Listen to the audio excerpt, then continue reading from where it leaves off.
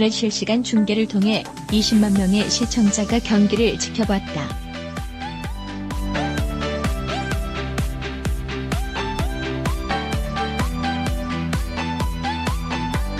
특히 인터넷 중계는 한국에서도 접속이 가능해 많은 지인들이 응원을 보내왔다.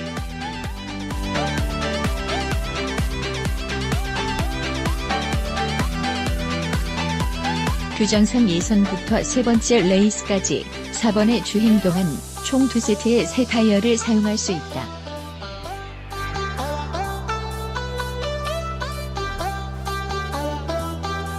자리 경합 등 실전에서는 신경 써야 할 것들이 더욱 많아지면서 안정감을 많이 잃었다.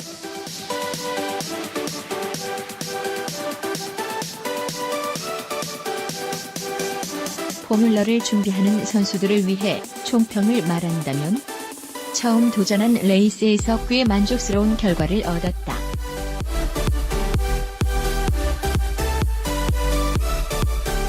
기존 선수들의 기량이 상당 수준 올라와 있는 시즌 중반의 메인 이벤트였는데도 그들 못지않은 우승 경쟁력으로 현지 선수들이나 관계자들은 물론 수많은 관중들과 시청자들에게 강인한 인상을 남겼다는 점에서 만족한다.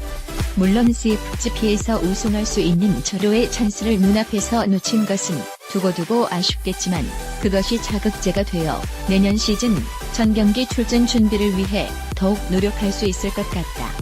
세 번의 레이스 모두 나를 중심으로 많은 경합이 일어났기 때문에 중계 카메라가 내 차만 잡았다며 다들 즐거워했고 스마트폰으로 캡처한 사진들을 보내오며 본방사수 인증을 하기도 했다.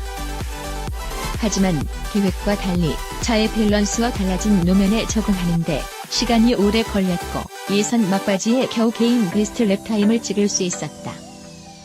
1위를 기록한 3번 조던 댐프시 선수는 지난 경기 주돌 페널티로 5그리드 강등되면서 한 그리드 앞에서 출발할 수 있는 기회를 얻게 되었다.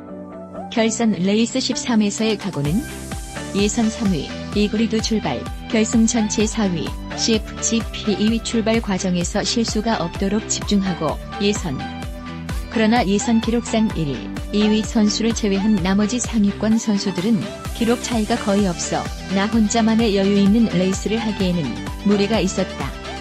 이미 한 시즌 동안 출전하고 있는 다른 선수들에 비해 주행 시간과 경험이 확연히 차이 나기 때문에 후반부로 갈수록 차를 섬세하게 다루는 데에 한계를 많이 느꼈다. 결국 예선 기록보다 한 단계 낮은 전체 4위로 체커기를 받았다.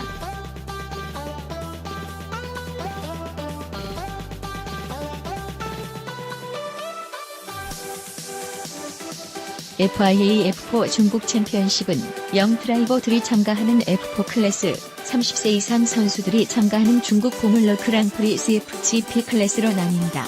그래서 CFGP 2위로 시상대에 올랐다.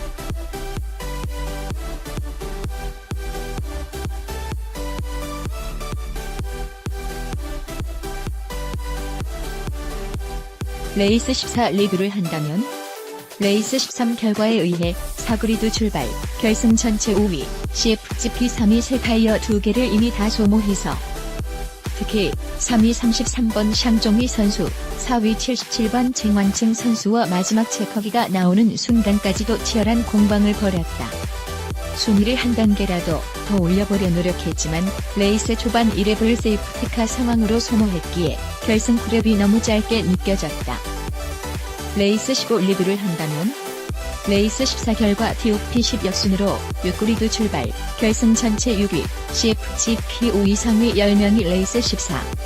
레이스 초반 틈새를 잘 치고 나가 전체 3위까지 순위를 끌어올렸으나 레이스 중후반부터 페이스가 처지면서 순위가 많이 떨어졌다. 체커기를 받고 나니 무사히 레이스를 마쳤다는 안도감과 너무 순식간에 모든 레이스가 끝난 것 같은 기분의 아쉬움이 뒤섞여 복잡한 감정을 만들어냈다. 그래도 끝까지 뒷바라지하며 나를 믿어준 플래가츠 레이싱 팀과 먼 곳까지 응원해주신 지인분들의 격려로 환하게 웃을 수 있었다. 무엇보다도 개인 첫 해외 포뮬러 레이스 도전에서 시상대에 올랐다는 것은 정말 뿌듯하다.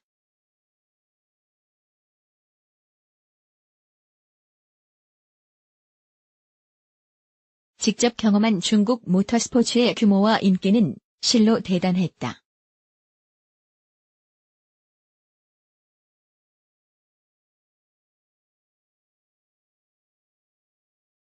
레이스가 펼쳐진 주말에만 4만 명의 관중이 상해 국제 서킷을 찾았으며 그들이 보내는 환호성은 고막을 울릴 정도로 컸다. 카레이서 강민재 33위, 지난달 22-23일 중국 상하이에서 열린 FIA F4 중국 챔피언십 제5전 레이스 13에서 15라운드 포디움에 오르는 쾌거를 일궜다. 연속된 경기에서 각각 2위와 3위로 데뷔전 신고를 하며 무난히 F4에 안착했다.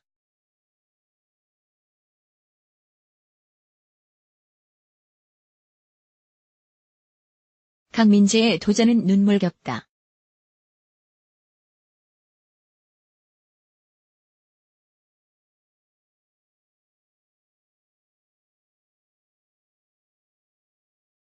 (10년여간) 국내 카레이싱에 올인하면서 멋진 해외파 카레이서의 꿈을 접지 않고 있다.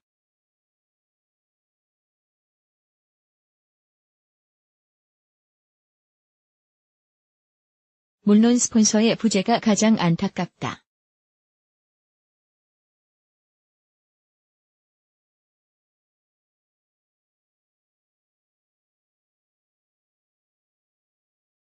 다른 스포츠와 달리 산업이 어우러진 경기이기에 글로벌 스폰서의 도움이 절실하다.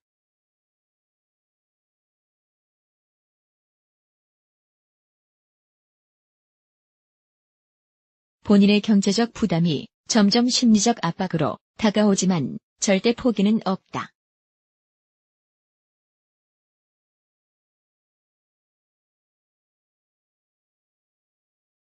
먼저 실력을 보여주고 국민적 호응을 받아야 스폰서가 붙는 생리에 따라 이번 중국 F4 출전이 매우 중요하다.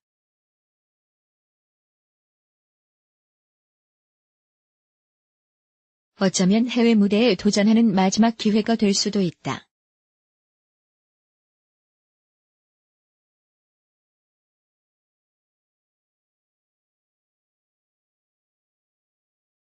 국내엔 포뮬러 대회가 없어서 레이싱 카트로 연습하며 감을 익혔다.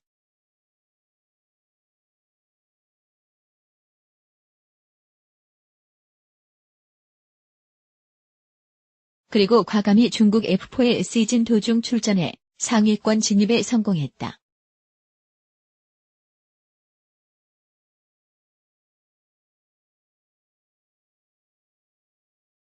그의 생생한 중국 F4 도전기를 들어봤다.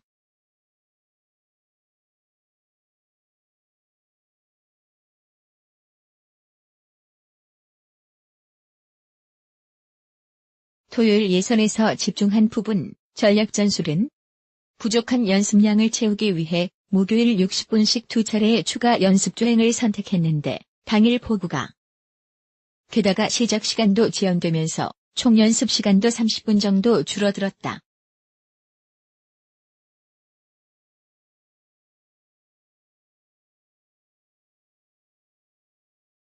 그 느낌을 파악하고 익숙해지는 데 필요한 시간이 너무 부족했다.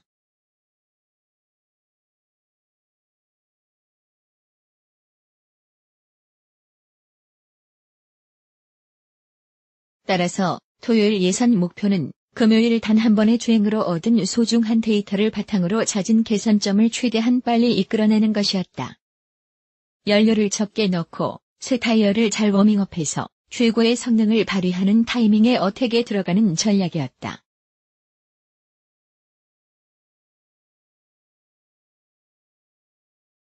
전반적으로 브레이킹에서 조금씩 여유가 있었고 타이어의 성능을 다 이끌어내지 못해 1, 2위 선수와 큰 격차로 3위를 기록했다.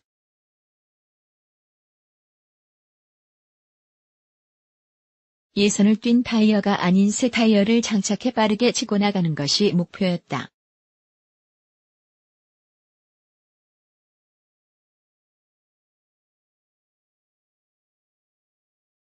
그동안 간접적으로만 접하다가 이번에 직접 경험한 현지 분위기를 토대로 내년 시즌 전 경기 참가를 위한 후원사 유치에 총력을 다하겠다.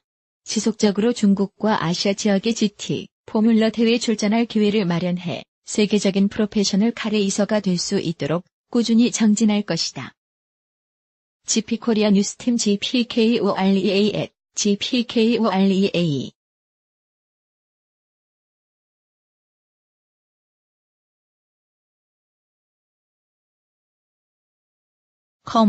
사진 제공 강민재 선수 FIA 중국 F4